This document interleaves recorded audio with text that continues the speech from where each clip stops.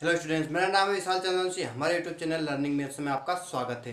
आज मैं आपको बताने वाला हूँ जीरो के बारे में। जीरो की खोज कहाँ से हुई और जीरो का शून्य का जोड़, घटाव, गुणा और भाग कैसे किया जाता है। आपको सब कुछ मिल सिखाया जाता है, लेकिन शून्य के बारे में नहीं बताया जाता है। जैसे ही शून्य आता है तो आप एकदम से चौंक जाते हो कि अब घटाव कैसे होगा, गुणा कैसे होगा, अब शून्य का भाग कैसे करेंगे। तो कॉन्सेप्ट आप इस वीडियो में क्लियर कर लेंगे। अगर आप हमारे चैनल पर पहली बार हैं तो चैनल को सब्सक्राइब कीजिए और अपने दोस्तों में वीडियो को शेयर कीजिए। ठीक है दोस्तों, आइए वीडियो स्टार्ट करते हैं। भारतीय गणितज्ञ यहाँ दावा करते हैं कि 5वीं शताब्दी में गणना को सरल करने के लिए आर्यभट्ट ने शून्य का आविष्कार किया था।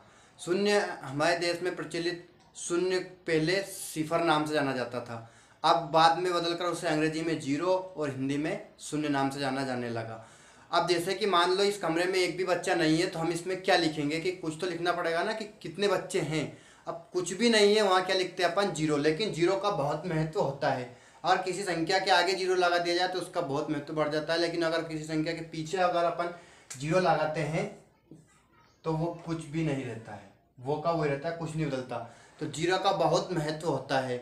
सन ईस्वी 1299 में इटली के फ्लोरेंस शहर में शून्य को बैन कर दिया गया था, क्योंकि शून्य को नौ में बदलना बहुत आसान रहता है। तो वहाँ हिसाब किताब में बेईमानियाँ होने लगी, इसलिए उसे वहाँ कुछ दिनों के लिए बैन कर दिया गया था। उसके बाद जीरो ने अपनी ताकत को बढ़ाते हुए सन 17वीं शताब्दी में वहाँ वह फिर से उसे लागू कर दिया गया था। आइए हम जीरो के बारे में सीखते हैं। अगर किसी संख्या पे के आगे अगर जीरो लगा दिया जाए तो उसकी कीमत 10 गुना बढ़ जाती है। अगर 2 जीरो लगा दिया जाए तो इसकी कीमत 100 गुना बढ़ जाती है। लेकिन अगर किसी संख्या के पीछे जीरो लगा दिया जाए तो वो वहीं का वहीं रहता है। इसलिए शून्य का बहुत महत्व होता है दोस्तों।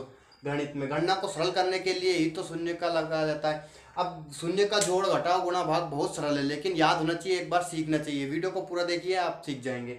जैसे कि हम किसी भी संख्या में अगर जीरो को जोड़ा जाए, जैसे कि 5 है, ये 6 मान लो। अगर किसी भी संख्या में हम जीरो जोड़ेंगे तो उस संख्या में कोई परिवर्तन नहीं होगा, चाहे आप जीरो को उसमें जोड़ो या फिर उस संख्या को जीरो में जोड़ो। जैसे 5 को अगर जीरो में जोड़ेंगे तो 5 ही आएगा, और अगर जीरो को 5 में जोड़ेंगे तो भी कितना ही आएगा, 5 ही आएगा। मतलब अगर जीरो को किसी संख्या में जोड़ते हैं या जीरो को किसी संख्या में घटाते हैं, जोड़ते हैं, और किसी संख्या को जीरो में जोड़ते हैं या फिर संख्या को जीरो में या जीरो को संख्या में जोड़ते हैं, तो उसका कोई मान्य नहीं बदलता है, वही संख्या आ जाती है। अब आता है आपका घटाव। अगर किसी संख्या में से अपन जीरो को घटाएंगे, जैसे कि मान लो एक सवाल है, 5 में से जीरो को घटाएंगे तो क्या आएगा, 5 ही आएगा। लेकिन अगर जीरो में से किसी संख्या को घटाएंगे 5 तो क्या आएगा, वो माइनस का वही संख्या आती है। घटाव में कोई चिन्ह नहीं बदलता है। लेकिन देखो, ये सवाल है जीरो का, इसे क्या करना है, घटाना है। तो अब इसे कैसे घटाएंगे, तो इसकी शॉर्ट ट्रिक देखना क्या है कि पहला अंक तो हो ही रहेगा अपना 10। 10 में से कितना कम करना है, 7 तो बचा 3 घात। 10 में से 3 घात कितना बचा, 7। अब ये संख्या है कि कितनी हो जाएंगी, ये इसमें से 10 था, 10 में से 1 ले लिया अपन ने हासिल, तो ये 9 हो जाता है। मतलब 9 में से 7 घटना है। अब ये भी कितना हो जाएगा, 10 था इधर हासिल ले लिया तो ये भी कितना होगा, 9। तो यहाँ भी 9 में से 4 घटाएंगे, यहाँ भी ये भी 9 हो जाता है। और इधर कितना हो जाएगा, लास्ट वाला 7। 7 में से कितना कम करना है, 3। मतलब स्टार्टिंग वाला तो 3, 9, 10 में से 3 का 7 बचा, फिर इनको क्या कर लेंगे, 9 कर लेंगे। कई जगह ऐसा बताया जाता है घटाओ कि माइनस ये 2 है तो 3 हो जाएगा, 4 है तो 5 हो जाएगा, ऐसे जोड़ते 10 में से। लेकिन अपना तरीका ये है कि 9 कर लो, इनको शुरू वाला 10 ही रहता है, 9 कर लो। 9 में से 2 गया तो 7 बचा, फिर 9 में से 4 गया तो 5, 9 में से 5 गया तो 4, और ये कितना होगा, 7। 7 में से 3 गया तो कितना बचा दोस्तों, 4। तो इसका ये घटाव ऐसे करते हैं, माइनस का जीरो वाला। अब आता है गुणा। गुणे में क्या होता है, किसी भी संख्या का अगर जीरो में गुणा करें तो संख्या शून्य हो जाती है, चाहे कुछ भी संख्या हो, माइनस की हो। तो अगर उसमें अपन जीरो का गुणा करेंगे तो क्या आ जाता है, जीरो। प्लस की हो तो भी अपन उसमें जीरो का गुणा करेंगे तो क्या आता है, जीरो ही आता है। उसके बाद अपन लेते हैं संख्या, माइनस हो गई, प्लस हो गई, जीरो हो गया। अब जीरो का एक और होता है, जीरो ना तो प्लस का माना जाता है और ना ही माइनस का माना जाता है, जीरो बीच में होता है। अगर आप लिखोगे प्लस जीरो तो भी सही रहेगा, अगर आप माइनस जीरो लिखोगे तो भी सही रहेगा। और आप सिर्फ प्लस में माइनस में किसी में भी नहीं माना जाता है जीरो।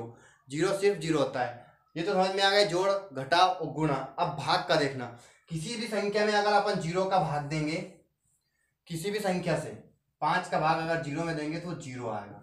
जैसे कि 0 5, 5 का भाग ये 4 हुआ है, ठीक, ये 0, तो क्या आता है, 0 ही आता है, शून्य आएगा। लेकिन अगर किसी संख्या में अपन 0 से भाग दें तो वो नॉट डिफाइंड आता है। कई बार पूछा गया होगा कि 0 से ये संख्या भाग दें तो क्या आएगा, ऐसा सवाल कभी आपने स्टेटस पे देखा होगा, कहीं भी देखा होगा। तो किसी भी संख्या से अगर 0 में भाग देंगे तो 0 नहीं आता है, क्या आता है, वो नॉट डिफाइंड आता है, ठीक।